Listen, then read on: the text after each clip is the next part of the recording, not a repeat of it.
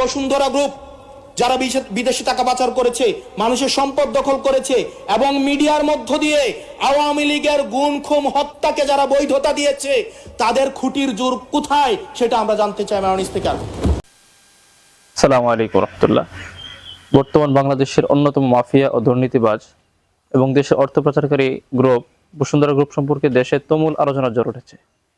সংসদ ভবনে হাসনাত আব্দুল্লাহর একটি বক্তৃতা ইতিমধ্যে নেট দুনিয়ায় ব্যাপক আলোচনার সৃষ্টি করেছে, যার মধ্যে আমরা দেখেছি তিনি বলেছেন যে বসুন্ধরা গ্রুপের বর্তমান যে চেয়ারম্যান এবং গ্রুপের যে চেয়ারম্যানের ছেলে, তারা ইতিপূর্বে বাংলাদেশের সম্পদ কোটি কোটি সম্পদ দেশের বাইরে পাচার করেছে।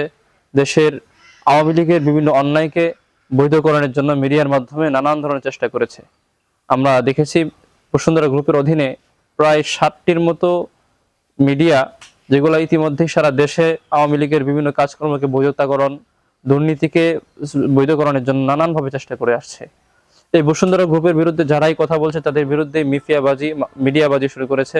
মিডিয়ার মাধ্যমে নানান অপপ্রচার এবং বিভিন্ন ধরনের কুৎসারটনা শুরু করেছে। ইতিমধ্যে দেখেছি হাসনাত আব্দুল্লাহ ভাই সংসদে যখন বক্তৃতা দিয়েছেন, ওনার বক্তৃতার পরে গত 24 ঘন্টায় ওনার বিরুদ্ধে নানান ধরনের মসজিদের অর্থ সম্পদ আত্মসাৎ সহ বিভিন্ন ধরনের মিথ্যা অভিযোগ মিডিয়ার মাধ্যমে প্রচার করছে, যা হাসনাত আব্দুল্লাহর ব্যক্তিত্বকে ক্ষুণ্ণ করছে। আমি স্পষ্ট ভাষায় বলতে চাই, হাসনাত আব্দুল্লাহর মতো একজন দেশপ্রেমিক যখন দেশের পক্ষে কথা বলে, দেশের পক্ষে কথা বলতে গিয়ে যখন এই বসুন্ধরা গ্রুপের মতো বড় বড় মাফিয়াদের বিরুদ্ধে যখন কথা বলতে হয়, তারা যতভাবেই চেষ্টা করুক না কেন, এই দেশপ্রেমিকদেরকে কখনোই রোখা সম্ভব নয়। এই দেশপ্রেমিক যারা, তারা তাদের নিজের গতিতে সগর্বে এগিয়ে যাবে ইনশাআল্লাহ।